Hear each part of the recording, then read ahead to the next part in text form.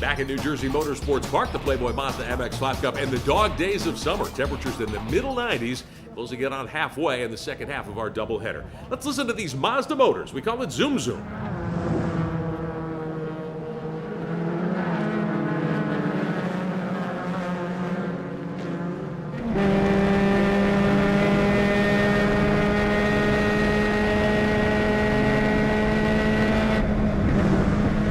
Leaders working their way back toward the front straightaway.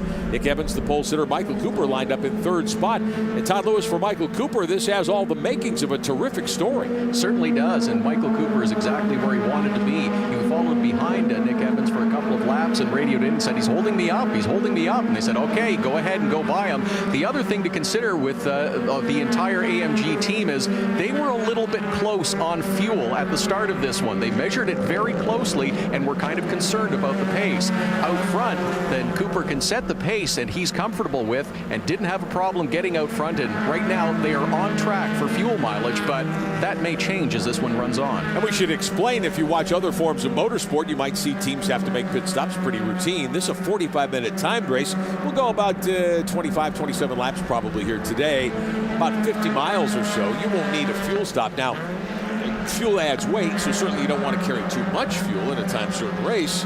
Why would you cut it close? Well, you know, the guys don't want any more weight in the car than they have to do because the cars are so equal. Any little bit makes a difference to them. Some guys are a little bit more on top of that than others are. Yeah. But I think that you don't want to carry more because qualifying, they'll put the car down as low in weight as they can for qualifying. And in the race, they'll do the same thing. But these two boys up front are doing just such a great job of driving. It looks like Mike Cooper's actually able to pull away from Nick Evans a little bit here. And, you know, he did a good job yesterday, and he thinks that he should have won that yesterday. Oh, yeah. You know, it was a little mistake he made, and he thinks, you know, I had it. And, you know, he's proving it today that maybe he did. And Justin Piscatell didn't beat Nick yesterday because Nick was out of the race. I think Nick had a good car yesterday, too. So, you know, Justin, it just depends, you know, how you get your start. These guys qualified a little bit better, were able to get away at the start. And, you know, their times aren't that much different. There's, you know, we're saying, oh, yeah, these guys are pulling out. But they pulled out only 2/10 over 3 laps. Sure, yeah. So it's not much. And here we go. It looks like Rampelberg going back by Piscatell here. But, you know, they're not that much faster. They're just a touch faster, and that's all it takes. Justin Piscatell trying to get back around Rampelberg for third position. This is the fight, third, fourth, and fifth. Jesse Combs, who qualified on the pole yesterday, second today. He doesn't seem to have a good first couple of laps. That seems to be maybe the gap in his game at this point, but he's raced his way back to fifth in the Cool Gas 77. Yeah, he struggled a little bit at the beginning yesterday as well. But boy, it looks like he's as strong as Piscatell today, and he wasn't around for the leaders yesterday. So, you know, it's just maybe he made a little setup change because as the race goes on, the guys are actually setting up the car a little bit tight from what they tell me at this track because they know it's going to loosen up as the track goes on. I talked to Dean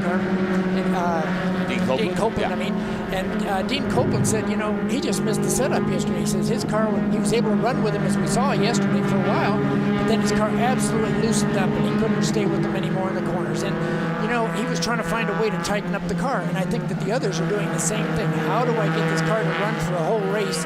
Because they are going to lose the handle a little bit because of the heat in the tires. Battle for third here, Rampelberg in the 4. Yesterday's winner, Justin Piscatell, the points leader there in the 89. Hey, it's vacation season. Summertime is here. The 6 car going off. That's Richard Watson, one of the unsponsored machines here this weekend, off into the grass. He gets it refired, pointed in the right direction.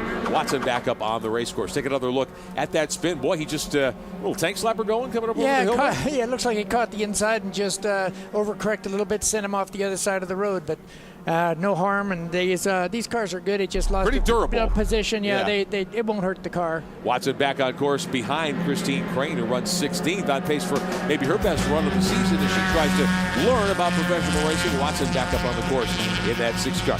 Back with more of the Playboy Mazda MX5 Cup from New Jersey Motorsports Park in just a moment.